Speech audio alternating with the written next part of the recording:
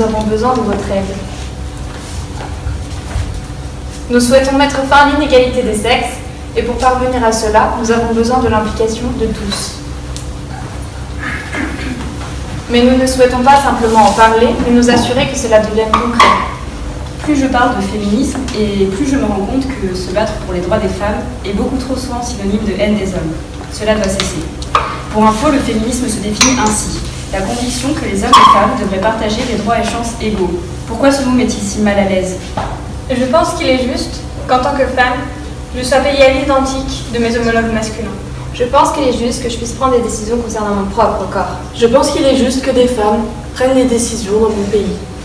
Je pense qu'il est juste que l'on m'accorde le même respect que les hommes. Malheureusement, il n'y a aucun pays dans le monde où l'on peut s'attendre à recevoir ces droits. Aucun pays dans le monde ne peut dire qu'il a accompli l'égalité des sexes. Nous faisons partie des plus chanceuses. Nos parents ne nous aimaient pas moins parce que nous sommes des filles. Toutes les femmes n'ont pas reçu les mêmes droits que nous. En fait, statistiquement, très peu les ont eu. Messieurs, nous aimerions saisir cette occasion pour vous donner votre invitation officielle. Égalité des sexes et votre problème aussi. On ne parle pas souvent des hommes emprisonnés dans les stéréotypes de genre, mais ils le sont aussi. Et quand ils seront libres, la conséquence naturelle est que les choses changeront aussi pour nous les femmes. Si les hommes n'ont pas besoin d'être agressifs afin d'être acceptés, les femmes ne se sentiront plus contraintes d'être soumises. Si les hommes n'ont pas contrôlé, les femmes n'auront plus à être contrôlées. Les hommes comme les femmes devraient se sentir libres d'être sensibles. Les hommes comme les femmes devraient se sentir libres d'être forts. Nous pourrions tous être plus libres. C'est une question de liberté.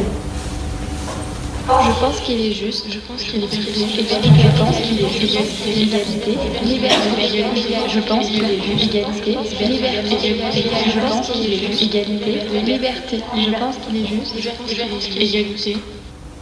De nos jours, une femme est heureuse quand son mari l'aide. Le premier dimanche après-midi de ma vie de femme mariée, je me surpris en train d'entamer une pile de linge à repasser. Pendant ce temps-là, mon jeune mari, en toute naïveté, s'installait confortablement pour regarder son match de foot. Sur le dent, je me mis à pleurer. Sur quoi, je dis Marie, qui m'aimait tant et ne pensait qu'à bien faire, vient me consoler, me prend par la main et m'invita à m'asseoir à ses côtés en me disant de laisser là le repassage. C'est ainsi que je ne repassais pas le dimanche après-midi, mais le lendemain.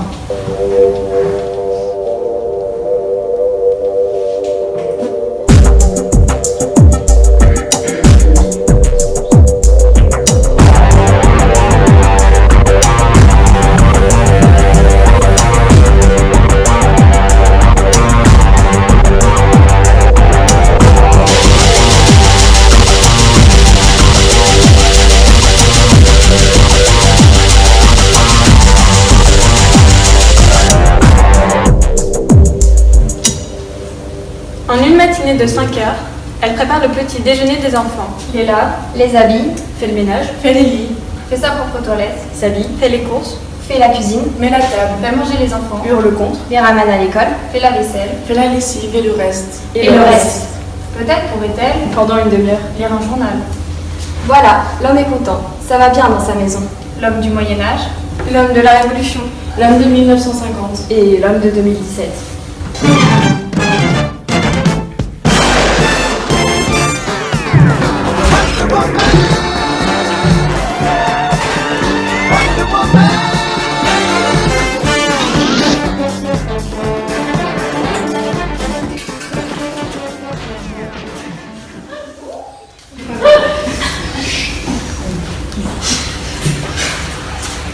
On ne met pas Wonder Woman, on le dit.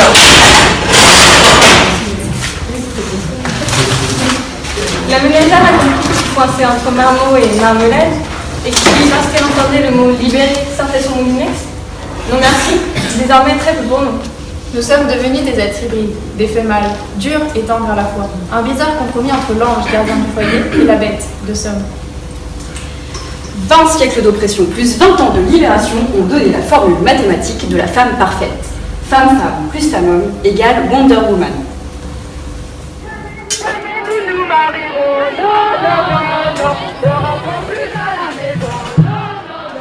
C'est la première grande manifestation féministe qui se tient à Paris depuis 1936.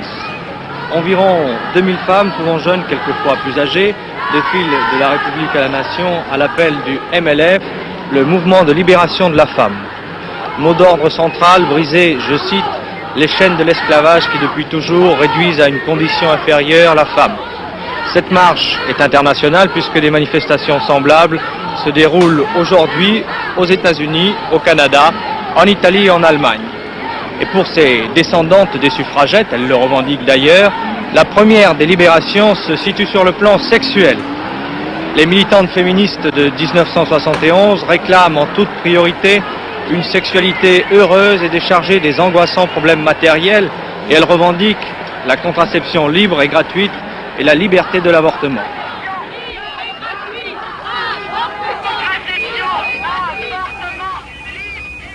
Et si nous faisions notre révolution?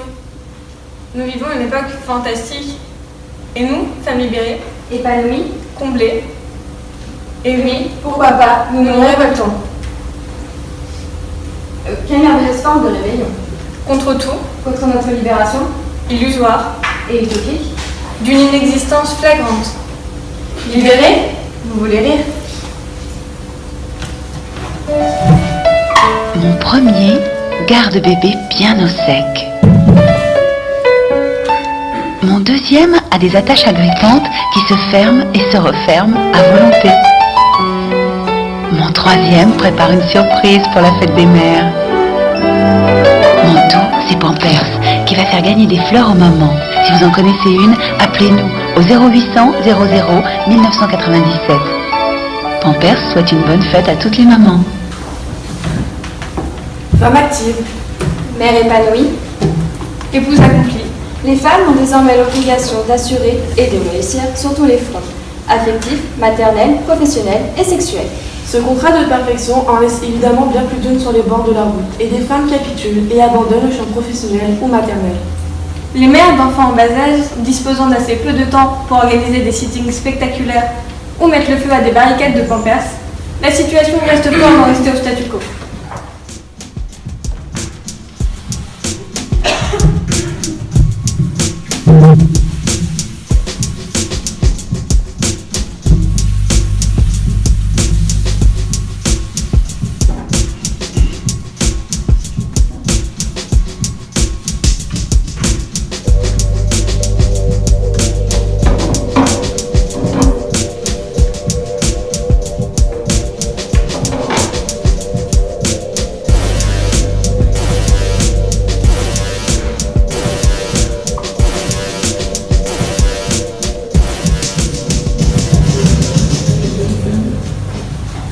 Être femme en politique n'est pas simple. Le racisme est à juste titre considéré comme un délit, pas le sexisme. Or, les deux constituent des atteintes à la personne. Les défenseurs des droits de l'homme ne s'en soucient pas. La parité est un système qui ne devrait pas exister, mais dès lors qu'il n'y a pas d'autre moyen, il faut l'employer. En France, la classe politique se demandera toujours si une femme est, comme ils disent, compétente. Pour un homme, jamais. Je vais vous raconter comment je suis devenu l'ami d'une fille formidable. Elle se trouvait un peu trop ronde. Elle était merveilleuse. Aussi je ne fus pas mécontent qu'elle me demandât de l'aider. Nous décidâmes qu'elle perdrait le superflu, mais pas l'essentiel. Parfois c'était facile, parfois un peu plus dur. Mais c'est ainsi que nous sommes devenus inséparables. Et voilà le résultat. Tiens. Et lui le grand là. Faudrait peut-être que je m'en occupe un peu aussi. Contrex, mon partenaire, ma sœur. Sur la plage, la distance la plus longue à parcourir pour une ronde, c'est celle qui relie la mer à ses serviettes de bain. L'allée est pénible, mais possible. Le maillot est ajusté, fruit d'un long travail de préparation. Les cheveux sont secs et flottent dans le vent marin. La ronde espère que les regards se focaliseront sur eux. Les filles enveloppées adorent leurs cheveux, seule partie du corps qui ne grossit jamais. Une fois dans l'eau, le miracle s'opère. Le poids disparaît, et avec lui s'envolent pour un temps les complexes. Malheureusement, l'heure arrive où il faut sortir. Et à force d'avoir attendu, forcément, les autres ont regagné leur paréo et semblent attendre le grand moment. Le supplice de la ronde. Dès l'instant où la moitié du corps n'est plus immergé, le poids reprend ses droits. Les seins perdent à nouveau confiance en eux et regardent les pieds. Si le maillot est trop grand, il pend du dos partout, entraînant avec lui les bourrelets. S'il est trop petit, ce n'est pas mieux. L'effet galbant laisse place à l'effet boutinant. Ne pouvant plus reculer, la ronde entame sa longue traversée du désert jusqu'à la serviette. Ses mains vont des seins aux hanches, essayant de cacher ses douleurs. Les cheveux, ses indéfectibles alliés, sont collés à son cou et ne peuvent plus rien pour elle. La démarche est lourde et mal assurée. Et même si l'envie de courir est grande, la ronde résiste. Car courir signifie mettre en mouvement les parties de son corps qu'elle préférait voir immobiles. Une fois la panique dissipée, la ronde retrouve de sa lucidité. Elle réalise alors que personne, mais alors personne ne la regardait. Et si le regard le plus cruel était le sien?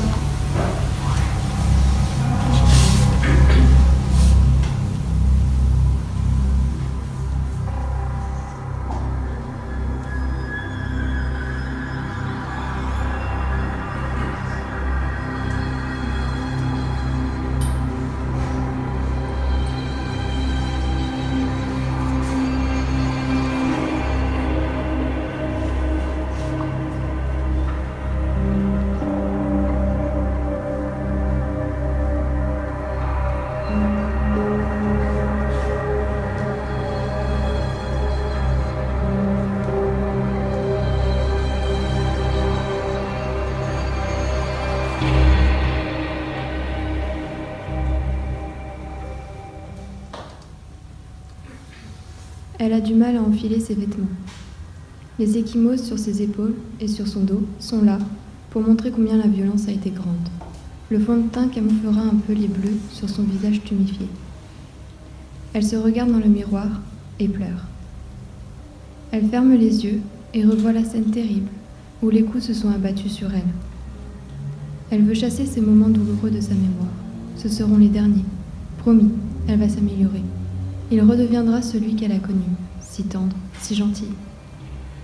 Pour l'instant, elle va être confrontée aux questions qui vont pleuvoir sur elle, à la vue de ce visage tuméfié. Non, je suis tombée, je me suis cognée.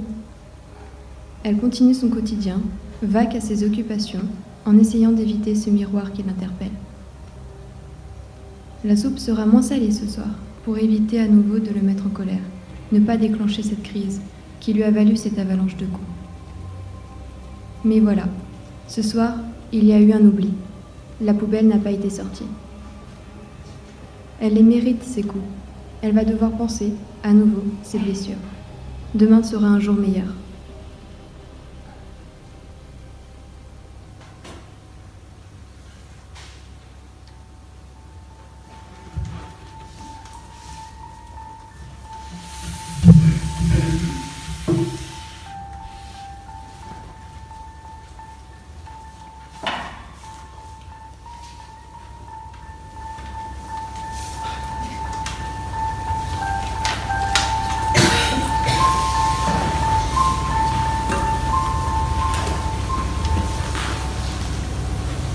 Ma fille, ce fut d'abord un désir, puis une attente plus longue qu'à l'accoutumée, une attente à déborder du lit. Vous pensez bien, une fille après deux garçons, il fallait qu'elle se fasse belle. Une petite fille, miniature, toute brune, arrivait dans les prémices de janvier comme une fleur. Joli prénom de Capucine qui s'imposait. On m'avait dit, c'est pratique d'avoir une fille, ça fait les courses quand on est vieux. Le pratique, je n'y avais pas pensé. Aujourd'hui, à l'aube de tes 17 ans, je te vois belle et rebelle, sensible, passionnée, effrontée. On donne ce que l'on doit donner. Des outils pour s'affirmer en tant qu'être humain et surtout en tant que femme. Il était important pour moi de te montrer la liberté, la tolérance, l'estime de soi, le respect pour toi et pour les autres.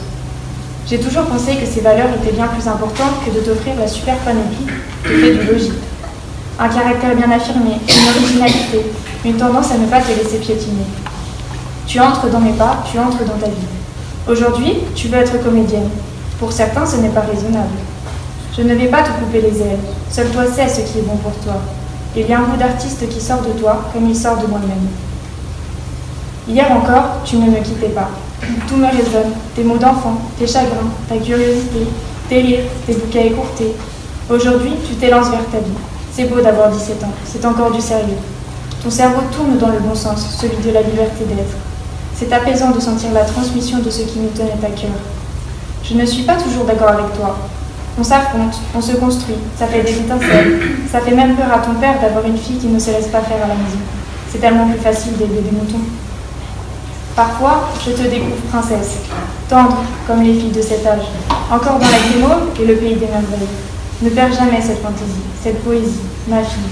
C'est elle qui nous fait briller. C'est elle qui nous apaise, qui met en action la créativité. Certains la taisent, c'est un tort. Ils ne se retrouvent pas. Je sais qu'un jour, tu me quitteras pour aller sur ton chemin, pour les beaux yeux d'un petit gars qui te décrochera les étoiles et qui jonglera avec le soleil pour t'éblouir. Je connais, je suis passée par là. Je voulais te dire combien je t'aime et je suis fière d'être ta mère. Peu importe ce que tu feras. L'important pour moi, c'est que tu sois heureuse et que tu trouves ta voie. Ta vie ne ressemblera pas à la mienne, mais elle sera à toi. Petite, je t'ai offert mes bras pour te cajoler, pour te remplir d'amour. Maintenant, je me prépare à te laisser t'envoler.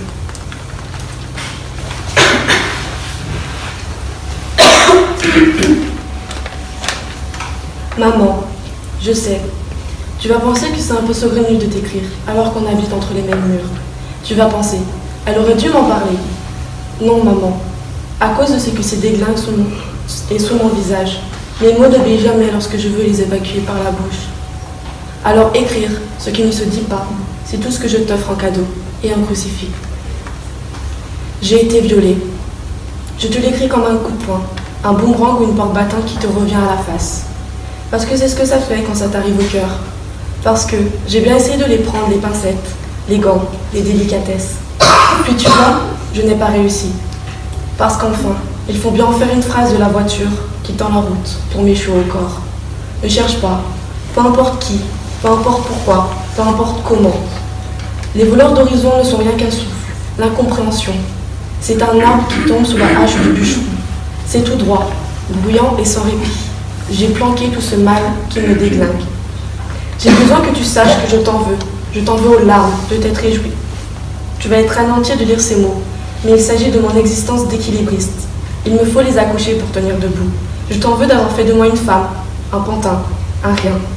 Sous ma peau, pas de refuge, juste l'effleurement de la fragilité. Il a fait de moi un paillasson, à peine assez digne pour des semaines.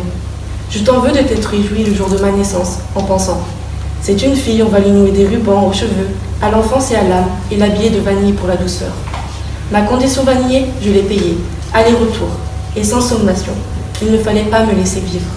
Il fallait y penser que fabriquer une gamine, c'est trop injuste, et que ce monde-là, il les traverse trop violent, et trop précis. Les moineaux, je les jalouse, à cause de cette éternité qui les devance, celle de voler, celle de fuir lorsque le danger s'insinue au sol. Moi, j'ai encaissé, maman, et sans broncher. Tu peux être très fière, tu sais. Je tiens debout, un mât de marin en pleine tempête, sans trembler. Il ne s'en serait jamais pris à Luc. Moi, c'était plus facile. Trop petites mes mains pour repousser, pour éviter.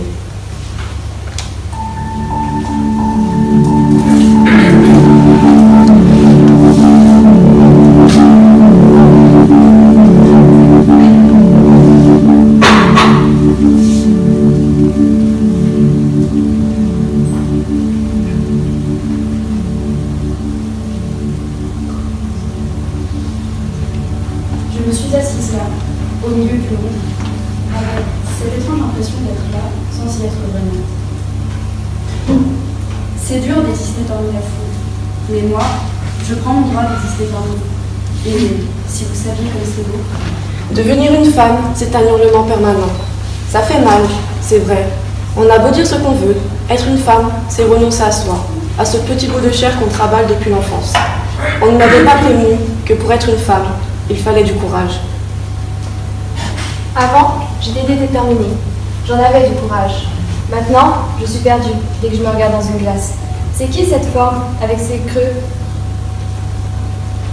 Moi, je voulais pas que la puissance d'une femme, ce soit sa beauté, ou même sa féminité. Non. Moi, je voulais être une femme avec un cœur d'Amazone. Je voulais qu'être une femme, ce soit de prendre des poignées de boue dans mes mains fragiles et de me peindre le visage avec. Pour démontrer toute cette tendresse et cette force. Mais avec les années, je me suis aperçue que ce n'était pas si facile que ça. Parce que le flot de mouvement de toute femme, c'est tellement fragile. C'est un besoin terrible de tendresse, d'amour, de douceur. C'est tellement précieux, parce que ça aussi, c'est une force. Devenir une femme, c'est donner de toute son âme, de toute sa force. Mais avec amour, ça fait mal parfois. Ça fait peur aussi. Mais être une femme, ça reste pour nous un merveilleux paradoxe.